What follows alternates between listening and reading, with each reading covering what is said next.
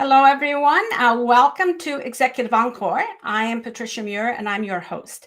This podcast is enjoyed by women senior executives, women business owners, and professionals, those who are remastering their life and work at 40, 50, 60, and beyond. Today's episode is about rewriting the narrative when faced with life's most unexpected challenges, many of which can derail us at any age. Our topic: how to lead, thrive, and even find joy during cancer treatment. Sounds impossible, right? I promise you, it's not. And my guest today is living proof. My guest is Joelle Kaufman, author of Crushing the Cancer Curveball. Joelle is not just a successful executive and tech innovator. She's also a woman who has turned her breast cancer experience into one of the happiest years of her life. Her story is nothing short of extraordinary. Just to tease you, the key takeaway today will be by the end of this episode, you will learn how to tackle life's curveballs with resilience and create joy even during tough times and transform both as a leader and as a person. So let's get started. Meet Joelle Kaufman, who believes cancer and business challenges aren't battles to fight, but curveballs to crush with strategic leadership. Joelle is a best-selling author, an executive coach, and a former tech startup leader with over 25 years experience. Joelle also brings her writing experience. She is a bestseller, and she has over 25 years experience. After her life-changing cancer diagnosis, she turned her journey into the bestseller. First, number one bestseller, Crushing the Cancer Curveball. Drawing from her experience as a business leader and a baseball mom, she created the Curveball method, which is in the ticker at the bottom if you want to access her website and learn more about that. It's a system that helps executives shift from solving problems tactically to leading strategically. As the founder of GTM Flow, Joelle coaches technology and healthcare leaders to thrive under pressure, adapt to challenges, and build a resilient, high-performing team. Her approach blends mindset training with actionable strategies, empowering leaders to achieve lasting success, both professionally and personally. Hello, Joelle. How are you doing? I'm doing great. How are you? I'm doing well, thank you. So, Joelle, in your book, you talk about one of your talking points is about curveballs that are unexpected. Can you tell us a little more about what you mean by curveballs and how it teaches us something unique? Sure. So, a curveball in baseball is a ball that's thrown in such a way that it moves, right? And the more it moves, the dirtier the curveball is, right? Yes. And the challenge is, even a curveball, which is moving slower than it appears, it'll look like a fastball. Instead of moving at 90 miles an hour or 95 miles an hour, it's moving at 65, 70 miles an hour. It's still fast. Okay. And, in baseball, you still, you don't necessarily want a curveball. It's more fun to hit a fastball. But if you're a good hitter, you see a lot of them. And it's the same in leadership. As you rise up to more senior levels of leadership, you don't get to solve the easy problems. You get the gnarly ones, the ones that look kind of messy. And I've been calling them curveballs for years. And when I faced cancer, obviously I wasn't the first in my family, as you know, Patricia. I think I was the 12th diagnosis of my family. So we've seen the curveball before, but it does knock you off balance. It doesn't look like everything else. And you have to focus on it, right? Or it can hit you. So I found the metaphor the same, right? The ramifications of not hitting it are obviously very different. In a business, yes, you can lose the business in the worst case scenario, and that can derail people's lives financially for sure, but it actually takes a lot to kill a business.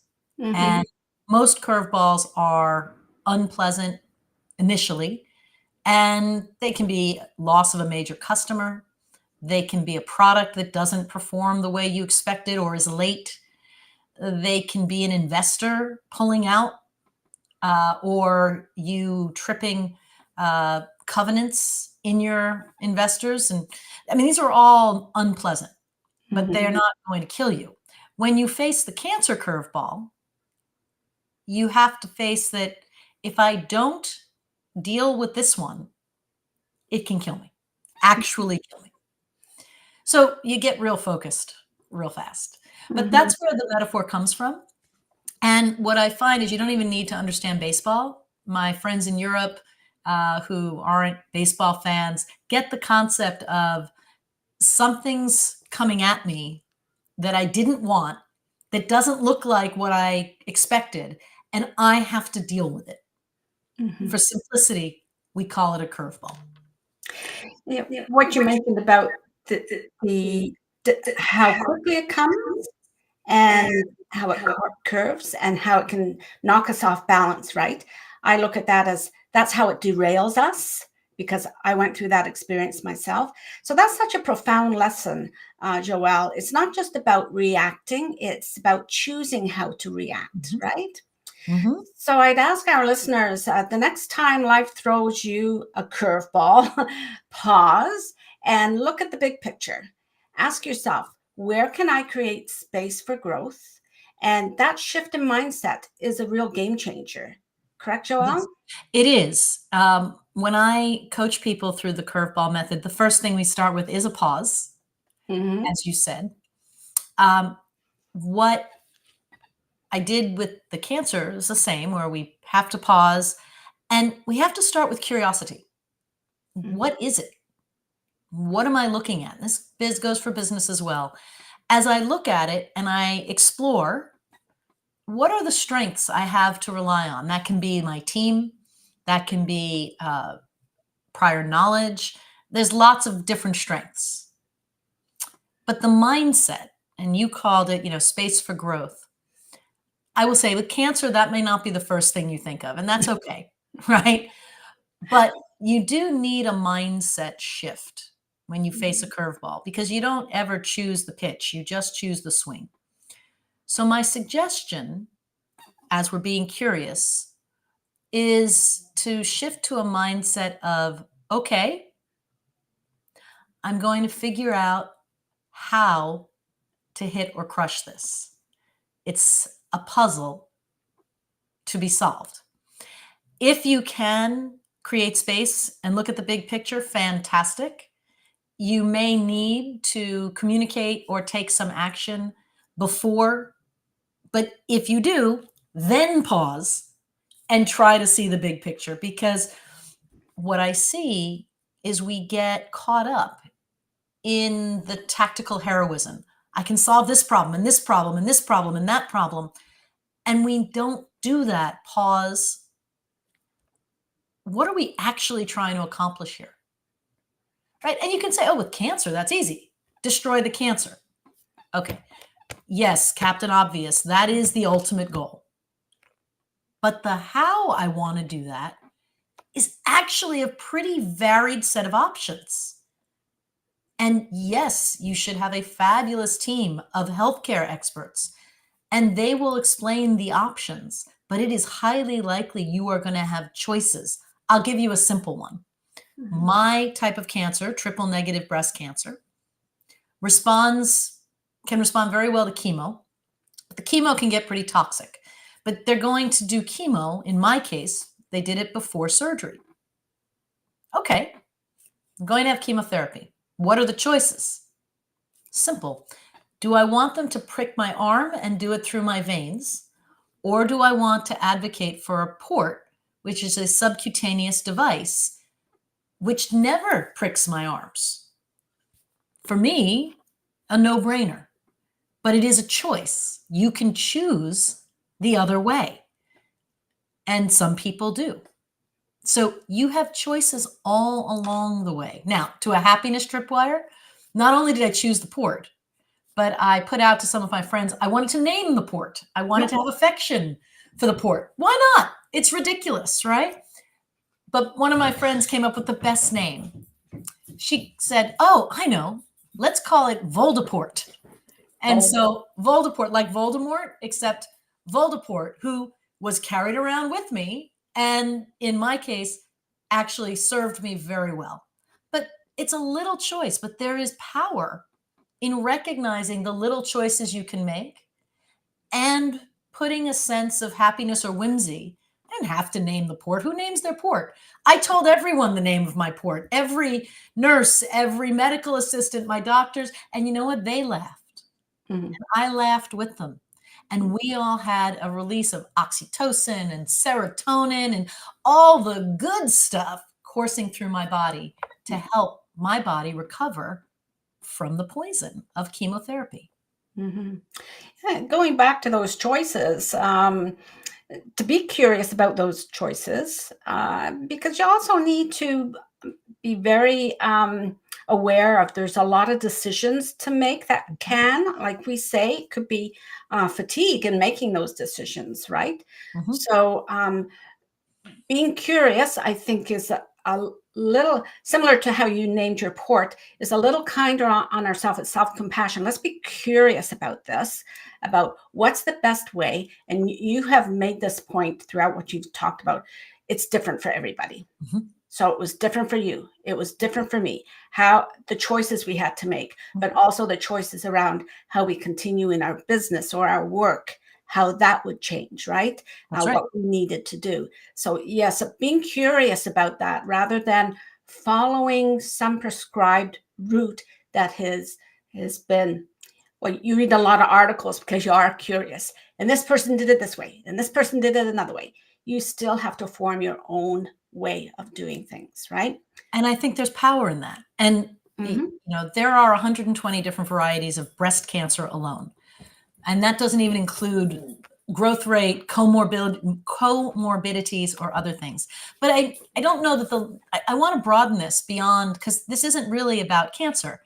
This is about how you face problems. And Hmm. when you are leading, you can get decision fatigue in your organization as well. You can also have a sense of time compression and panic. Hmm. And both of those are moments to catch your breath. Everybody has 5 minutes, right? So the act of doing some box breathing, which is 4 beats in, 4 hold, 4 out, 4 hold. Fighter pilots do it. So I'm pretty sure you have the time to. And the benefit of doing that is it calms your parasympathetic nervous system. And we need to do that when we're leading and we start getting amped up and reactive and angry or anxious or what have you. We're actually harnessing parts of our brain that come from when we were trying to escape saber-toothed tigers and like bears. Hmm. It's not a tiger or a bear. It's not moving that fast. Your life isn't that at risk in the next 2 minutes. Take a breath because you need clarity. Hmm. And when you have clarity, there may be a long list of decisions, but they start to be orderly. I didn't have to make decisions about my surgery when I started my chemotherapy because that was going to be 3 to 4 months away, right? In business, when you can calm yourself, look at the big picture, and then say, I'm curious. What do I need to learn? And what do I need to do first to inform the next step, Hmm. right?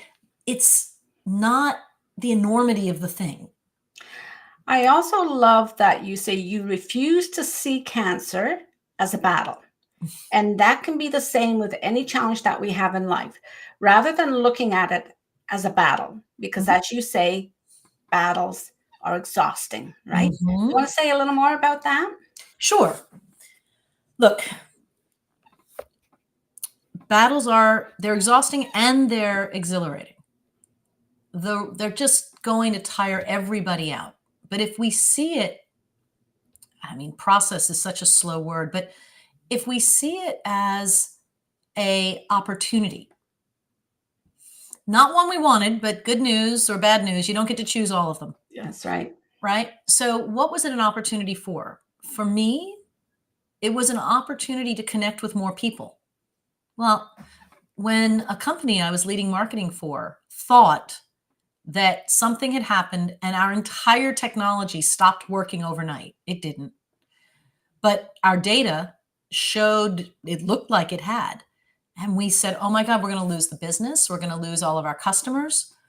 But by slowing down, being curious, and saying, well, the first thing we need to do is see if our customers are seeing something similar. Well, it turned out our customers each thought they had done something because all of their analytics, not just about us, everything was showing dramatic drops in traffic. And they were petrified, but they were in a silo. So the first opportunity is one of building community, because you learn more when you're sharing experiences. Part of why I wrote my book was so that people who don't know me, have no connection to me, can share an experience, one that is about love and hope and power, right? So when we were at the company and we reached out to our customers, and we were then able to tell them, wait, it's not just you. We're seeing this ourselves. And then we talked to more customers, and everyone's seeing it. We said, okay, it's not an us problem. It's a bigger problem, but we're all in it together. Right. Well, Right. any rock, any Mhm. boulder, anything you want to move. Patricia, you and I can't lift a car. We can't. But if we brought another 10 people each, there's a possibility that the 20 of us could lift the car. Yeah. Yeah. Yeah. The Probably more depends we on the have, 10 we choose. pardon? Probably depends on the 10 we choose. Yeah, you made me think of a Volkswagen Bug when I was in high school, and the kids Perfect. lifted that. Where I went to college, occasionally people would get pretty excited about a sports thing, and cars would be flipped. And like, how Oh, is that possible? And who thinks that's a good idea? But no. my point was, together we can carry heavier burdens. Mhm. And even with cancer, where the burden, I mean, it's me, it's my body, but it does impact my family and my friends. Mhm. But together we carry it, and it is a bit lighter. Mhm. Tell me about you have this great terminology, and one of them is happiness tripwires. Love them. So tell us about what tripwires are, how Yep. you identified them, and which ones helped you out the most. You bet. So tripwires, outside of my language, tripwires are usually used in battle or in hunting or whatever. They're a thin wire you Yeah. can't see, Hmm. that when you cross, something happens, Hmm. right? Sometimes you fall or you trigger something. So my tripwires are good tripwires, right? You think of them as like lasers, and you pass through, and I don't know, unicorns and butterflies, whatever makes you happy. But the idea of a happiness tripwire is it is a inevitable encounter or situation that gives you a moment of happiness. This is not about be positive or be happy. That's big. This is, let's have a moment. So I'll give you some examples. I had to have chemotherapy every week. That's a lot of driving back and forth. And because of the medications they gave me, they didn't want me driving home. Hmm. Okay. So I needed people to drive me. Now, I could have asked my husband to do it every week, and he would have. But instead, I said, let me introduce a happiness possibility. Let me create a list of friends, and if any of them are open to driving one way, I get a 20-minute visit with a friend, and my husband gets to do his work. Hmm. And my husband or my sister are the backstop. If nobody steps up, they will. It filled end to end, and it was different people. And I got to have these wonderful visits. And sometimes they stayed. And even when I napped, they brought me lunch and they hung out, or they left and they went about their day. But that brief respite where we just hung out for 20 minutes Mm-hmm. was such a booster. Mm-hmm. I'll give you another one that anyone can do. My son, the baseball player, left to go back to school right as I was starting treatment. And he couldn't come home because they're in season. And he said, I feel like I can't do anything. I said, okay. Every week, I want you to write me a letter. And I want that letter on the day I have chemo. So he did. And I got 12 letters. And each one was like digital chocolate. I just unwrapped it and devoured it. And it was a happiness tripwire. And maybe it lasted for just when I was reading the letter. Maybe it lasted all day. Don't know. Mm-hmm. But when you're doing stuff at work that's hard and you know someone's under pressure, that's a wonderful time to send a text saying, hey, I got you. You're doing great. If you need anything, pop me back. Hey, I'm going out for coffee. You want me to pick you up one? Yeah. Or I'm going to the lunchroom if you have coffee in the lunchroom, whatever. These are little things where you're saying, I see you, I think of you, and I give you just a moment of happiness. And each of those moments recharges our battery. And looking into that a little deeper on the leadership side, it's not necessarily about who is doing it. Even leaders can do that. Leaders that pass their, the offices of their employees who are working on a hard project.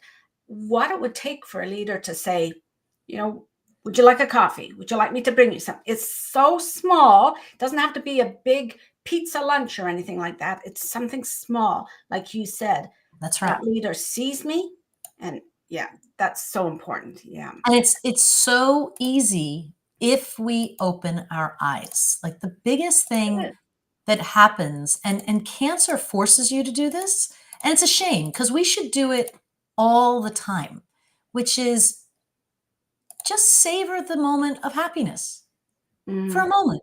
Just pause.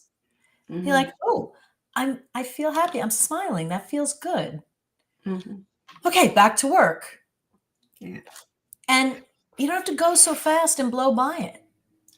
Yeah, so this is truly perspective shifting to hear that you turned an opportunity into a period of time where you focused on growth, whatever it was, coming up with these new ways of labeling things that were positive, about these, these tripwires that are positive rather than negative. Because yes, there are a lot of negative tripwires, that's for sure. Yeah. And that's a great segue into this part of the show that I call Every Moment Matters. Can you share a pivotal point when you knew what you needed to do to crush that curveball? So I had met with the oncologist and the surgeon, with my husband and my sister-in-law. It was a whole group of us. And they laid out the recommended plan, and they agreed that I could get a port and they would help me schedule it. And I came home and I was alone for a moment, right? Processing what was happening. And I sat down at my computer and I said, you know what's going to help? I need to see this in its entirety. And so I went on to Google. I made a calendar. And I knew the calendar was wrong because I knew things were going to change. But I put in what I thought I had heard, and this was how long this was going to be, and this was how long the next was going to, and this was the break to get strong before surgery, and this was the surgery, and this was the recovery. And I looked at it and I said, apparently in the worst case scenario, other than the immunotherapy, which is a year, this is all going to be done before my birthday. Oh. Wow. I wonder what celebrations I can put on my calendar along the way to work towards my birthday. And it was an unlock where it was the anxiety of this, how long is this going to go on? How disruptive is this going to be? Became, I know how long it could go on. And by the way, Patricia, I was wrong, and it was shorter. Shorter.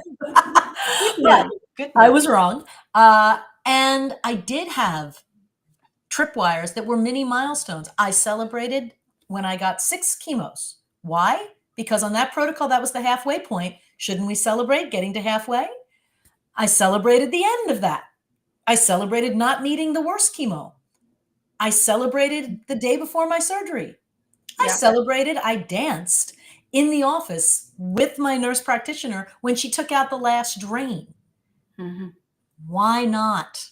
There are many celebrations. We forget this at work, Yes. right? We're going through, we're doing something hard, and we're like, all right, we'll celebrate when it's done. But we need to celebrate Yeah. along the way. And it doesn't Yeah. have to be big. Again, hey guys, let's go out to lunch. We just did a major milestone.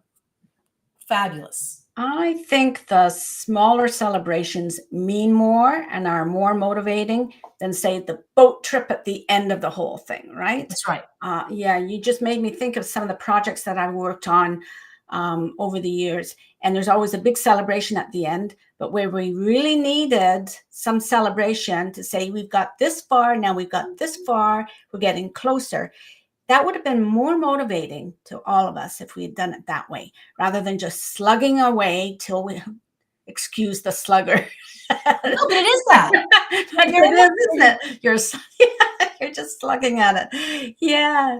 So thank you very much, Joelle. I've got a few key takeaways, and I just want to share that I didn't really look at it this way, but I'd say one of the things in my treatment is I got to have a tattoo. And I'm not all for tattoos, but I could brag that I've got a couple tattoos, right? That's for chemo. No, sorry, not chemo. Post surgery. It's for radiation, right? Right. During radiation, they asked me in my first day, so how was it? And I said, I don't like this. I got to be my petulant 2-year-old. And I said, I don't like this. And they said, oh, most people are okay after the first one. What can we do to help you? So they talked about music. I was able to take my own kind of music and play it during then. So those were little wins, little ways that I got my way, right? Because of being that little petulant 2-year-old about the whole thing. But I just wanted to add that in because now it's funny. At that time, it wasn't so funny, but at least I did get some things my way.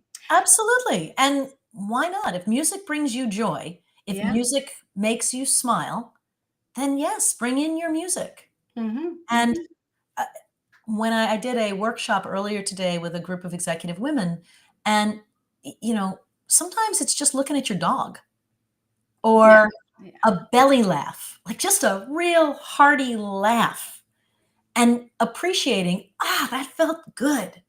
It's the moment of appreciation, Patricia, that I want to encourage everyone. I guarantee something has happened in the last 24 hours that made you smile.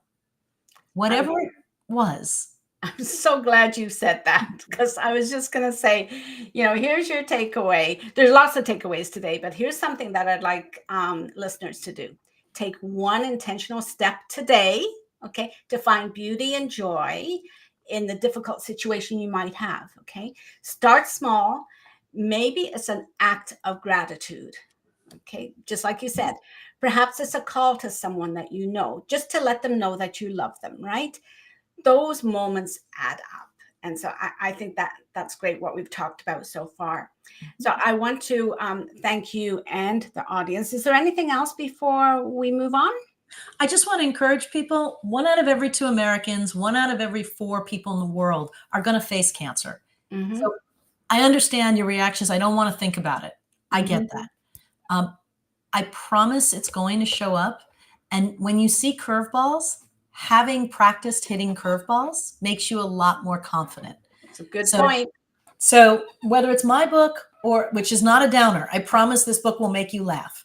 Whether it's my book, whether it's being open and talking with people, practice makes you confident. Practice makes you capable of hitting whatever curveball. And curveballs, they're interesting and you can crush them. Yep. That's great. So Joelle's book is a must read for anyone navigating life's challenges, not just cancer, but other challenges as well. It's packed with personal stories and actionable strategies for finding joy when you're in a time of adversity.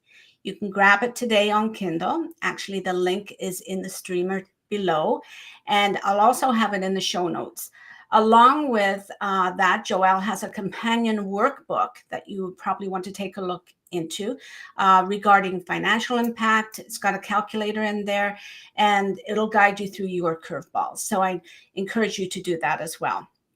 Remember that life throws us curveballs, all of us, okay? And the more we can practice, the better we'll get at it. The question isn't how to avoid them, it's how will you crush them?